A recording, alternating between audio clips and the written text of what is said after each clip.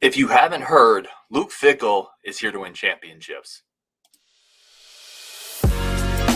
You are Locked On Badgers, your daily podcast on the Wisconsin Badgers. Part of the Locked On Podcast Network, your team every day. What is going on, Badger fans? Welcome to Locked On Badgers. I am your host, Ryan Herrings. As always, really do appreciate everybody tuning in, giving us a small part of your day. It is incredibly humbling, and I am so gracious for that. And let's jump in. I haven't had a chance to talk media days yet. I wanted to get into it. We've been talking a lot of players, upcoming season. I need to talk about a little bit of what Luke Fickell said during media days. I think it's really exciting. And I'm just going to start here because I'm not bearing the lead. Fickell said, we have one objective: to play for a championship. Nobody outside our walls will define what success looks like for us. I want to break this into two parts. I want to start with the obvious one. We have one objective: to play for a championship. That's powerful, right? That is, listen, I don't want to go into LeVar Ball territory, but sometimes you need to speak things into existence. That's powerful stuff. Play for a championship.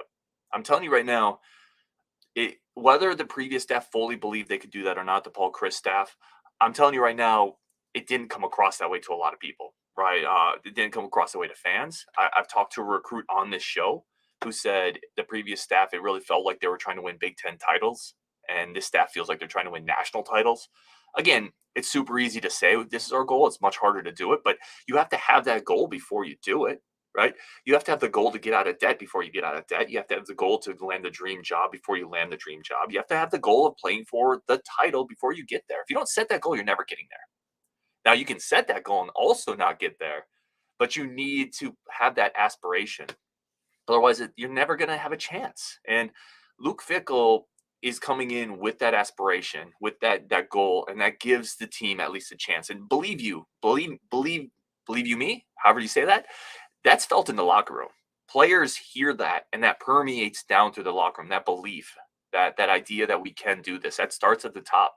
And whether you believe you can or believe you can't, you're most likely right. Remember that saying? If you have a coach where it feels like you're playing for Big Ten titles, for Big Ten West titles, as a player, that's kind of where you're setting your ceiling and your goal as well, right? Whereas if you have a coach who thinks you can do anything at Wisconsin, players are going to buy into that. Players are going to buy into that if that coach has credibility, and Luke Fickell does. It's a big deal. Like it's a really refreshing thing. And if I could boil down media days to one word, that's what it'd be, ladies and gentlemen, Badger fans. It'd be refreshing. It would be refreshing to see a coach come in and speak enthusiastically, positively about the program and what can be accomplished at the University of Wisconsin, because that's not what Chris did. It just wasn't. And I've heard from a number of people who said, how refreshing is this? And I had the same takeaway watching Luke Fickell talk. Again, you have to filter what you hear at media days, right? There's a lot of just, Madison's better than anything I could have expected. Everything's exceeded my expectations. Some of that to me is just kind of like, okay, there's not a lot of substance there. It sounds great. But when he says our goal is to play for a title, a championship, that's real. And that's felt by the players. When I was in the Navy, I had very good captains and very bad captains. Excuse me, I shouldn't say very bad, but I had extremely incredible ones. We had a great leader, a master chief of the boat on the Tennessee, and he really set the bar high, and we followed. It mattered, right? Your leadership matters, and what they believe trickles down to everybody underneath them. So I'm excited for it. I think that's a big deal. The second part of this I think is really interesting, and the reason I combined all this quote onto my screen here, he said, nobody outside of our walls will define what success looks like for us. I think that's a really powerful, underrated statement. What he's saying, in my opinion, he's saying is for the longest time, people, coaches, media, fans, players, recruits, high school coaches, administrators, students, they have looked at Wisconsin and said, really good, try hard program. It's never going to get over the top. What Luke Fickell, I think, is saying when he says nobody outside of our walls will define what success, I think he's saying we're going to smash those boundaries. We're tired of people telling us what the limits on this program are, and we don't believe there are limits. I think that's what he's saying, right? And that's why I think it's a powerful statement. Nobody outside of our walls will define what success looks like for us. And if you loop back to the first thing he said, he's already defined what success looks like. Play for a championship. That's what success looks like for Wisconsin. Nobody else will set those limits for us. Be excited. That's refreshing. couple more Luke Fickell quotes here. This one I really like. It's still going to be about physicality. It's still going to be about controlling the line of scrimmage up front, offensively and defensively. Yeah, you can't win without that, right? You have to listen. Clemson has won a ton. It's because they've had a great defensive line along with quarterback play. Ohio State has had studs on the defensive line. Georgia offensive and defensive lines. It's still about physicality. Don't get it twisted. We're bringing in an air raid, Phil Longo, receiver, C.J. Williams, Tanner Mordecai. None of it matters if the offensive line doesn't hold up, right? And trust me, Luke Fickell knows that. I thought that was a really good quote that he had. This one I liked as well. He said, "We're going to figure out exactly what it'll look like as we continue to grow, but the core values will remain the same." That's the sign of a good coach, right? Good coaches have, and this is my opinion, but I've been good coaches have core values that they don't compromise on, but they are adjustable on the fringes, right? They are flexible to their personnel. They are able to adjust, evolve, but they don't evolve away from the core values of what their culture is about, what their program is about, right? The best coaches can shift a little bit. Like Phil Longo's talked about this. He's had seasons with great tight end production, great running back production. It's because he can adjust to the weapons he has, but his core principles about the type of offense he wants to run don't change. So I thought this quote kind of got buried in there, but I thought it was worth pulling out of what Luke Fickell said, because I think it's a sign of a really good coach, someone who can figure it out as we continue to grow, right? As we continue to evolve, we're going to adjust what we do. But the core values that I believe in, which have led to a ton of success in my coaching career, those don't change, and those are non-negotiable. And I thought that was a powerful statement. This one's from Tanner Mordecai. I like this one. This one's not new, or this one isn't like earth-shattering, but I just like the mentality shift that Wisconsin is about to go into. Tanner Mordecai says, "The only time you'll see 8 or 9 men in the box against us will be at like the half-inch line." Yeah, listen, everything's changing, right? The mentality shift is different at Wisconsin, and I'm excited to see it. I'm excited to see the only time I see a 9-man box, 8-man box against Wisconsin is because they're at the half-inch yard line. I cannot wait to see what this offense looks like. Listen, good, bad, or indifferent, sometimes new is exciting, and I can't wait to see this Badgers offense this year. And Tanner Mordecai is going to have a lot of weapons at his disposal. This also came out of media day. This one's an unfortunate one. Chris Brooks Jr. limited, Jake Renfro limited, Aaron Witt will not practice. Listen, the Aaron Witt thing, let me start there. I said on last year's show when I was doing the lockdown previews for the season, I was like, listen, I've given up on Aaron Witt playing ever again, really, in any meaningful sense. He's just missed so much time, and this is just a continuation of that. But I think what people don't think about a lot is what a unbelievably unfortunate break for the young man, right? Aaron Witt. Like, he's playing the type of position with his physical tools that if he could just get on the field and reach the upside that people seem to think he has, he's a guy that, that's the type of guy he gets millions of dollars from the NFL. Now, again, we have no idea what Aaron Witt actually is because he hasn't been able to play, but he is a big physical 6'5" edge rusher that everybody in the program has raved about. And he has that type of ability that if he could just get on the field, there's potential life-changing money in the equation for him. Like, we want him on the field because we want to beat Iowa. This dude has, you imagine being in that spot, not being able to get on the field and knowing the type of ability you have. It's just heartbreaking for him, man. I feel terrible for him. Jake Renfro being limited is a big deal. That was one of the biggest offseason gets. I talked about it. Linchpin of the offensive line is that center spot. He's a real good player. Brady Collins has talked about his toughness, how he was born for the Big Ten. It also allows Tanner Bortolini to play his better spot, which is the guard position. Him being limited is a big deal. That could really impact this offensive line, which means it could also really impact this offense. So we're going to definitely monitor that. Hopefully he's ready to go. My guess is if he's 80 to 90% okay, he's going to play, because everybody talks about the toughness, but that's a big deal. It's something to monitor. So that was kind of some of the big takeaways they had out of media day. Again, the big takeaways, it's just refreshing to hear a coach talk about the potential ceiling and the potential upside of Wisconsin, because it's there. This program can do a lot, and I can't wait to see what Luke Fickell can do in his first year. All right, coming up, we're going to talk about, continue talking about the receiver room, Mabrey Mettauer. We have a bunch of your comments. This is going to be a really fun show. We're going to cover a lot of ground here, so stick with us. Coming up on Lockdown Badgers. But first, today's show brought to you by eBay Motors. For a championship team, it's all about making sure every player is the perfect fit. It's the same when it comes to your vehicle. Every part needs to fit just right. So the next time you need parts and accessories, head to eBay Motors. With eBay Guaranteed Fit, you can be sure every part you need fits right the first time around. Just add your ride to my garage and look for the green check to know the part will fit or your money back. Because just like in sports, confidence is the name of the game when you shop on eBay Motors. And with over 122 million parts to choose from, you'll be back in the game in no time. After all, it's easy to bring home a win when the right parts are guaranteed. Get the right parts, the right fit, and the right prices on ebaymotors.com. Let's ride. eBay Guaranteed Fit is only available to U.S. customers. Eligible items only. Exclusions do apply. I do want to take a quick second to say thank you to everybody tuned into the show. Y'all are amazing. And let's just keep this going here. A bunch of your comments I want to get to. If you notice, if you're watching on YouTube, on my whiteboard behind me, I have 2011 Mike Taylor 150 tackles. If you're listening on the pod, I'm just going to announce that. Every once in a while, I just like to throw some bit of awesome Badger history up there. That 2011 season, Mike Taylor had 150 tackles. The next year, he hit 123, by the way. What a warrior at linebacker. Mike Taylor was a beast. Let's get some comments in here. So we just did our receiver preview, right? The show with Rajiv and Justin and I. We talked about the receivers. This one's from Ball Milborn, and he said, I worry that a crowded receiver room can result in chaos for everyone. So I'm guessing Bob, and thank you for the comment, is talking about chemistry, he's talking about lack of reps, talking about players potentially transition or thinking about transferring, also just players not being able to get comfortable in their roles. One of the things that I love about John Calipari, the Kentucky coach, who I don't think gets enough credit, I think he's one of the great college basketball coaches because he can manage egos. And that's a big part of coaching. So that is going to go down to Fickell, Longo, it's Coach Brown. Like, they're going to have to manage the egos of that receiver room. And I don't mean egos in a bad way. Players want to play.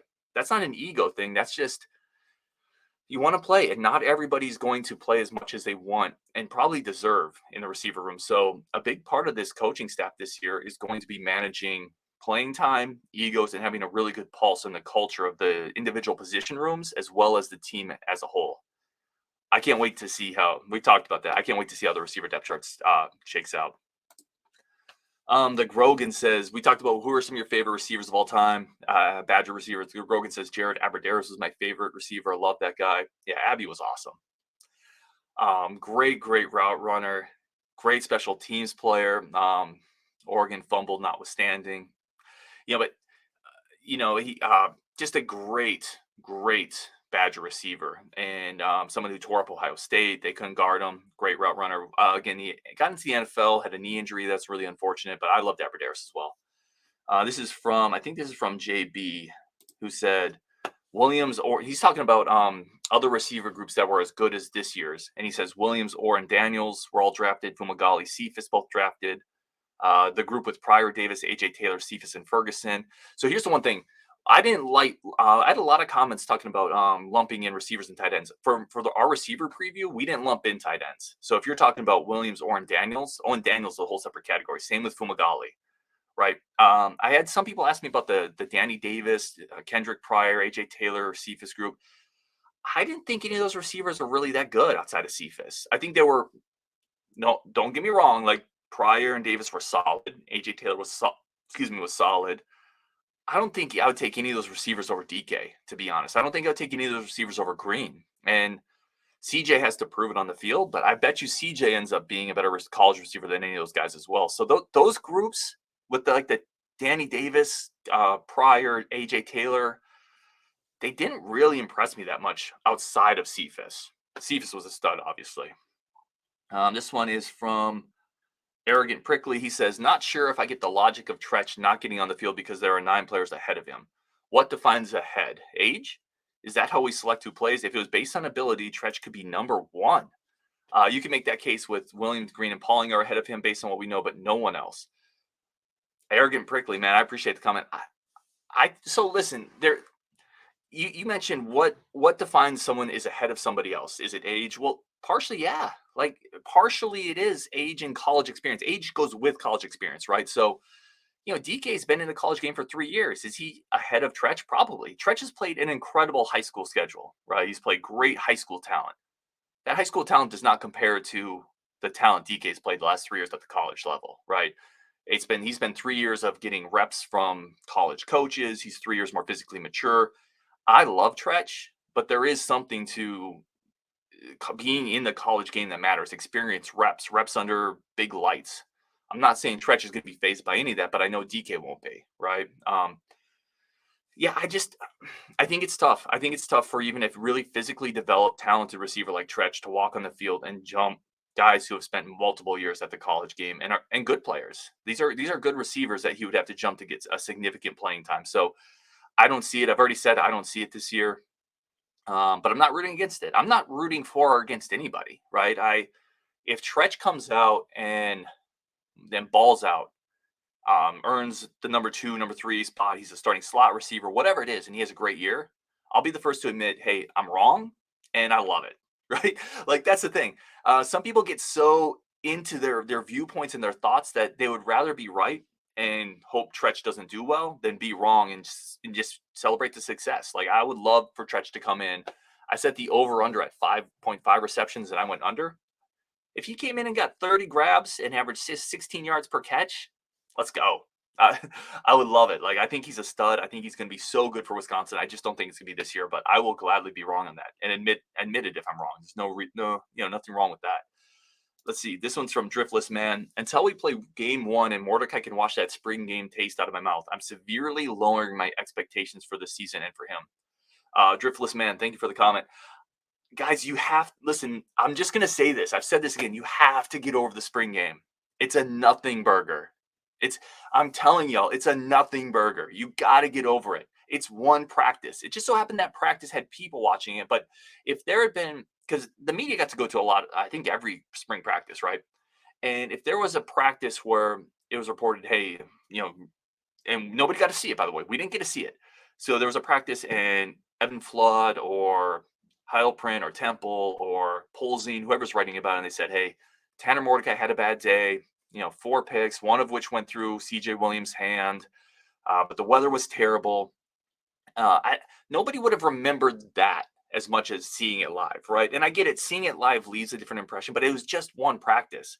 I think if you had just been there for a different practice where you had a really good day, would your expectations be a lot higher?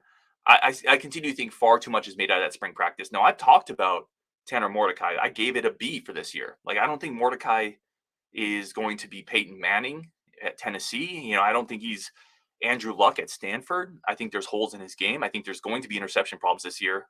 But the spring practice game is not indicative of what we're going to see this year. And I would not lower my expectations severely because of it. Just my opinion, though. I'm Driftless Man. I'm definitely not telling you what to do. That's just where I'm at. I think too much has been made of the spring game. MB Anderson says 1-2 punch at the running back spot is as good as it gets between Cade, Acker, and White. One of them will be serviceable for third running back carries. I 100% agree with that. I have very little doubts about running back depth this year, and I talked about it. I think I gave this year's group an A- because you have a stud at the top, a really good backup in Chez. And listen, all those other guys, one of those players is going to be able to step in and provide spot carries. I'm just not that worried about running back depth this year, especially in an offense that's going to rely less on the running game. It's not going to need the same level of commitment and ground and pound. So, yeah, I agree with you, M. Anderson. This is from Comment on Clink. Love Dylan. So Dylan Jones. Love Dylan's huddle film. Most impressive to me were the plays where I saw his ability to plant his feet while running and cut on a dime, make that initial defender miss. Yeah, that's a great point. And talking to his coach, there's a subtlety to his game, Dylan's game, that's really impressive, right? He doesn't need a lot to make people miss, which is great because then you're not losing a lot of speed. He can make kind of a subtle cut, make that first safety coming down in the box miss, and still accelerate upfield where he's not losing his momentum. A lot of players have that big jump cut, or they lose all their speed because they don't have the agility or the acceleration to make a guy miss and then accelerate upwards. They make a guy miss, but they've lost all their momentum and then they get tackled at that spot. I think Dylan's a stud. I was very, very impressed with his ability, like Klink is pointing out here, make somebody miss, but then continue going. Make somebody miss with a subtle move. He's very smooth, a little underrated from the speed standpoint. A really good get for the Badgers. This one's from Bucky63. He said, don't you think that Fickell's offseason weight program, there's a better chance that Allen stays healthy? Yes, 100%. That's a great comment, Bucky63, and thank you for it. I 100% agree on that.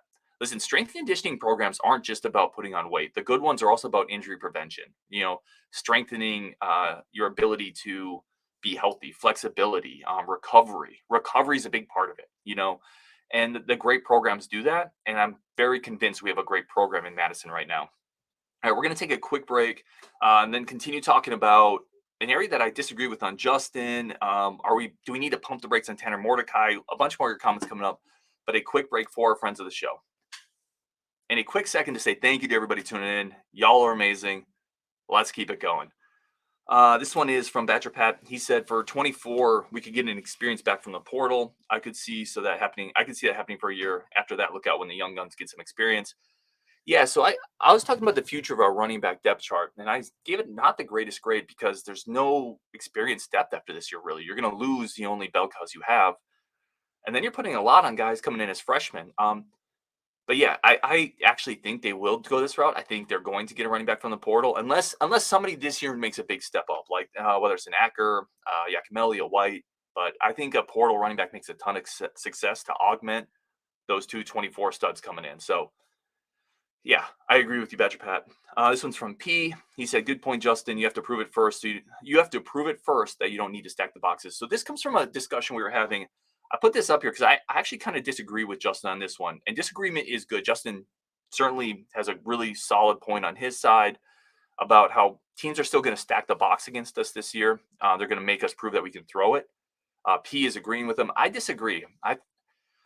People are going to look at what Phil Longo did and has done, right? And formationally, he's going to make it impossible to stack the box. When you put 3-4 receivers out there with Tanner Mordecai, I don't think defensive coordinators are going to sit back and say, well, for the last 20 years, they've just run the ball. Let's see if they can throw it. No, everybody knows Phil Longo can throw it. Everybody knows Tanner Mordecai can throw it. And then when you put 3 or 4 receivers out there, they're not going to stack the box because that would be defensive suicide. So they're going to have to open it up. They have to. It's not the same Wisconsin, so they're not going to defend us the same way. I think college coaches are quicker to evolve than.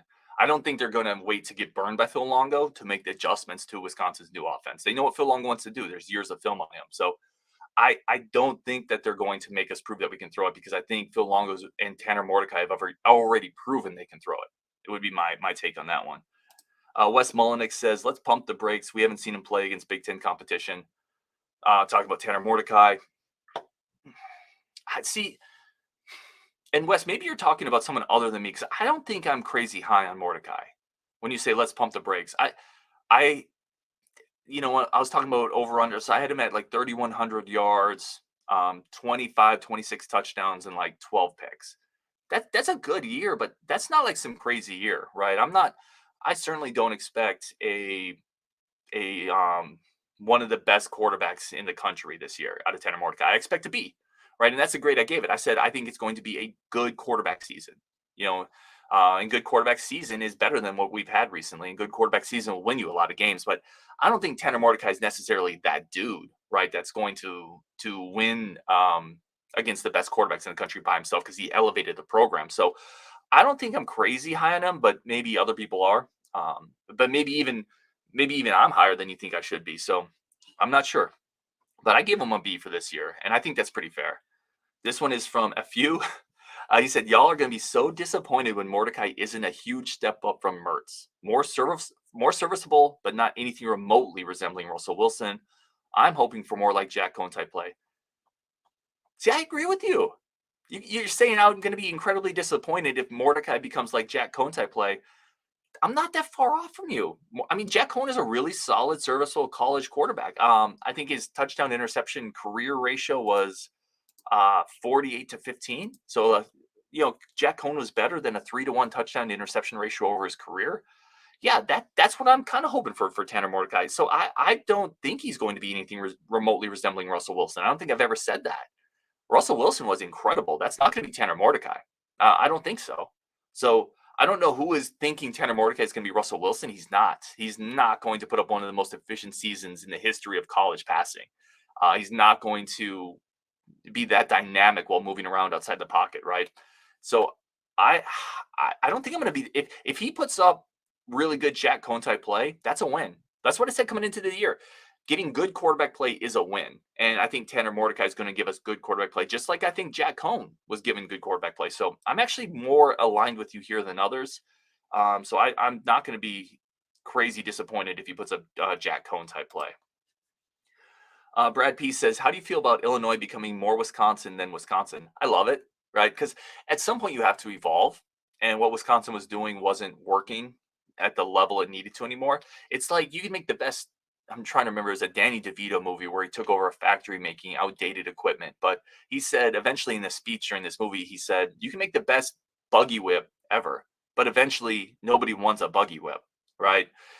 But you have to evolve in this game, and it was fun to kind of be that Big Ten smash mouth prototype along with Iowa, the Wisconsin way. They're going to dominate you. Here's a fullback and 17 tight ends, but it wasn't working. Like it just wasn't working. So I'm happy to evolve. And if Illinois wants to take up the mantle as the another Big Ten plowhouse, I'm totally fine with that. See, this one's from Sharp. Tanner Mordecai threw for 370 yards against TCU in Maryland with a group of 5 offense. I'd be shocked if he doesn't throw for 3,000 yards, but I also expect over 14 picks. Yeah, I'm pretty much right there.